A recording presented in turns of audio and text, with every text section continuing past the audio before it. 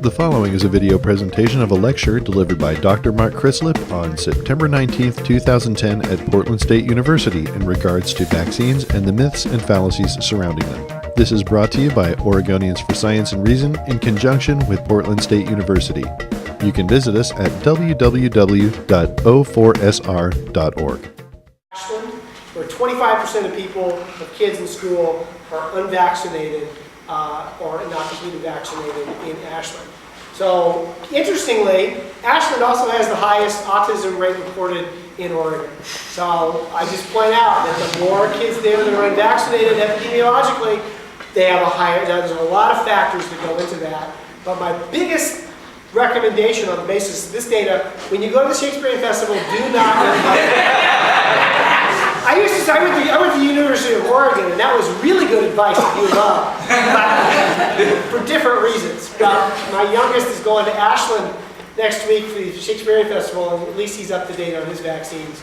And most of the unvaccinated are clustered in upper-income private schools. The big data is out of California. Some of the upper-income private schools have 80–90% unvaccinated rates. The big one around here is the Waldorf schools. If you go by a Waldorf school, again, hold your breath. There's a high probability the kids in there are not vaccinated. Okay, so it's not the mercury, it's not the aluminum, it's not the MMR.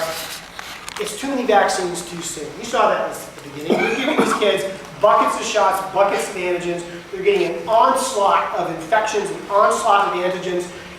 Can you be any surprised if they're having problems with that? And you look at this, the kids get 5 live attenuated vaccines and 21 different antigens by age 6. Does that seem like a lot to you or a little to you? Maybe we should give more. And Dr. Bob Sears is the biggest proponent of this alternative schedule of vaccines. Now just remember that there are 10 to 100 times more bacteria in you and on you than there are cells of you. You may think you're smart, but you're just sentient transport media for bacteria. These are thousands of species, most of which we can't identify. So you have 100 billion bacteria in and on you, and they're all kept at bay by your immune system. And your kids acquire this complex flora by the first year of their life. And they have to respond to it with an inflammatory, an immune response. So they've already, in the first year of their life, to their normal flora that they acquire from their parents primarily, have been exposed to hundreds of thousands of antigens and made hundreds of thousands of antibodies to the bugs that they're exposed to shortly after being born. I once did a count in my ID textbook, my infectious textbook, and I counted up 1,374 potential common infections that we can be exposed to in our life.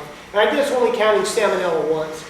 Okay, you can be exposed to salmonella multiple times. But you're exposed to at least 8 to 10 viral infections a year when you're a kid, 4 to 6 when you're an adult. The amount of antigens and bacterial infections that you are wallowing in any time is enormous compared to the number of antigens and infections that we give in the vaccine. It's estimated that most people in their lifetime make between 1 million and 100 million antibodies. And we have the ability to make 10 billion, I feel like Carl Sagan now, 10 billion antibodies to antigens. So if you think about this, if your kid is exposed to just one antigen a day, which is a conservative estimate, that's going to represent, compared to what he gets in the vaccine antigen load, is going to be about 0.69%. I mean, compared to what your kid is getting, especially if he goes to daycare and wallows in the snot and stool of every other kid, is insignificant compared to what he's going to get from the vaccines. This is a minor component to the infections and the antigens that people get every single day of our lives. And that's not including the stuff we get when we eat, when we wallow, when we dive into the Willamette River, etc. And so if you look at the alternative schedule, not only is that the alternative schedule for, the schedule for vaccines is not that much, it also represents the infection schedule. And if you don't give the kids the vaccines, as the herd immunity declines, they become at risk. And young kids can get quite ill from these diseases. Now, does the alternative schedule prevent autism? Well, I don't know. But there was an interesting study in pediatrics, this just published last month, that looked at kids who had regular schedule and who had the altered schedule. They delayed vaccines and didn't get as many of them. And they did neuropsychiatric testing, just a whole bunch of things to see how well their brains function. And the kids that had the delayed schedule did worse on 12 different outcomes in, what was it, 42 different outcomes. They did worse on 12 of them. Again, this may be background noise, because this often happens when you look at multiple outcomes in these kinds of studies. But when you combine that with the Polish study that showed the kid that the MMR was protective, you have this study that showed that people get the vaccines at the regular schedule do better with brain functioning later in life. It sort of hints that perhaps the vaccines are more beneficial to the kids, and they certainly haven't been shown to cause harm to the kids. But it's not too many too soon, of course. It's all the toxins that are in the vaccines. That's sort of the fourth big gambit that you have. This is a quote from my favorite anti-vaccine person, Jenny McCarthy, who basically says it shouldn't be polio versus autism. Unfortunately, it's not. But are there toxins? If you go, it's always fun to go to the websites and read all the different toxins that are allegedly in vaccines. And the answer is yes, there are toxins in the vaccines at amounts that are so minuscule as to probably be unimportant, unless you believe in homeopathy, where less is more. My favorite example, and you can go through this with any of the things on the list, is formaldehyde. This is from a website. This is all the side effects that you can get from formaldehyde. It's a preservative. I mean, again, my cadaver in medical school, saturated with formaldehyde, always guarantee me a bus seat on the way home. No one will sit next to you if you've been working with formaldehyde all day. It's the best way to get a seat on a TriMet bus. But, again, maybe this is my problem.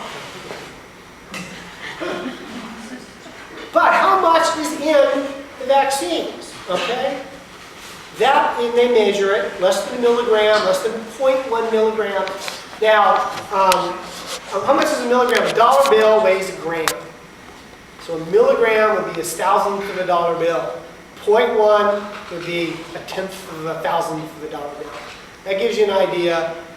For those of you who do cocaine, I could probably use a cocaine metaphor, but I prefer using the dollar bill metaphor for how much a gram is. There's not a lot to, well, how does this compare to the real world? Well, I want my kid to get a cadaver preservative as part of their vaccines. Formaldehyde is also part of your normal metabolism. When your body is processing, going through its many metabolic steps, you are all making formaldehyde right now. You are all making 1.5 ounces of formaldehyde every day.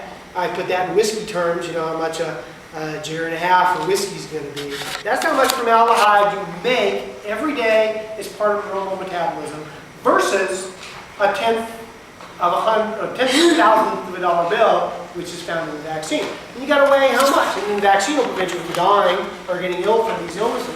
So you make formaldehyde, and you make formaldehyde in everything. It's found normally in your blood.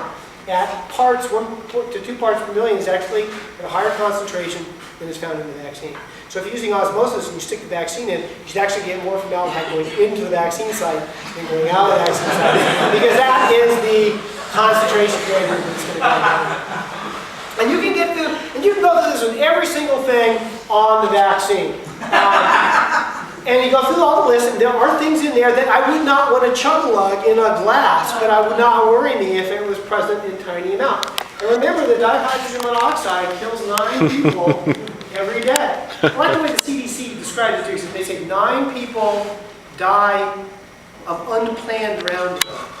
It's like, unplanned? I'm hearing about planned drowning.